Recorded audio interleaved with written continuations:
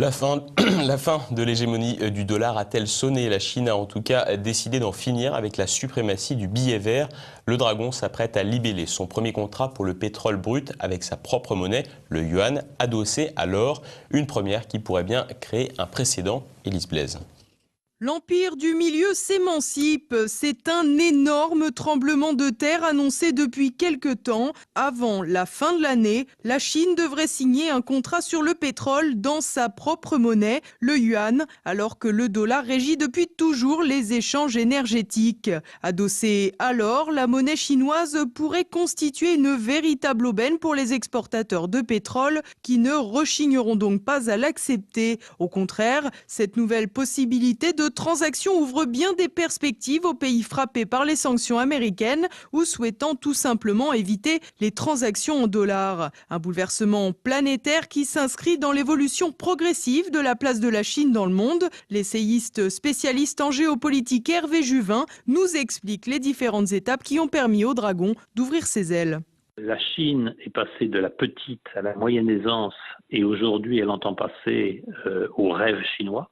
Et le rêve chinois, elle le réalise en acquérant peu à peu sur le plan économique et aussi sur le plan géopolitique des positions majeures. La Chine est à l'origine de la création d'une banque de développement extérieure aux institutions de Bretton Woods que les Américains ont essayé de s'aborder et ils n'y sont pas parvenus, puisque la plupart de leurs alliés, à l'exception du Japon, figurent au capital de cette banque de développement dont l'initiative a été chinoise et russe et qui rassemble l'ensemble des BRICS.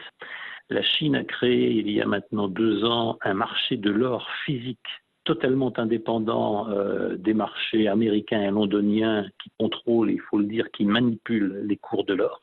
C'était une autre décision très importante parce qu'elle peut préfigurer un nouvel ordre monétaire mondial à venir. Puis leur troisième décision très importante, c'est de promouvoir les règlements de l'énergie, en l'occurrence du pétrole, en yuan. Bien au-delà de ces transactions, ce bouleversement monétaire représente un véritable danger pour les États-Unis, dont la stratégie reposait sur une ambition claire, contrôler l'ensemble du système énergétique mondial, a fortiori du pétrole. Hervé Juvin nous rafraîchit la mémoire. L'histoire du pétrole est une histoire sombre. Les États-Unis ont toujours affirmé que le contrôle du pétrole, le contrôle des sources d'énergie et des pipelines était pour eux un enjeu absolument stratégique. Une partie des affaires syriennes ne s'explique pas sans cela. Une partie de l'invasion, de la destruction de l'Irak ne s'explique pas sans cela. Une partie des manipulations qui visent à empêcher les pipelines, les gazoducs russes d'approvisionner l'Europe ne s'explique pas sans cette stratégie américaine. Le monde entier est dépendant de l'énergie. L'énergie doit être contrôlée par les États-Unis et payée en dollars. Ceux comme l'ancien président du pétrole italien, ceux comme certains dictateurs du monde arabe, je pense à Muammar Kadhafi, qui ont tenté de s'affranchir de la tutelle du dollar sur les prix du pétrole, l'ont payé quelquefois de leur vie.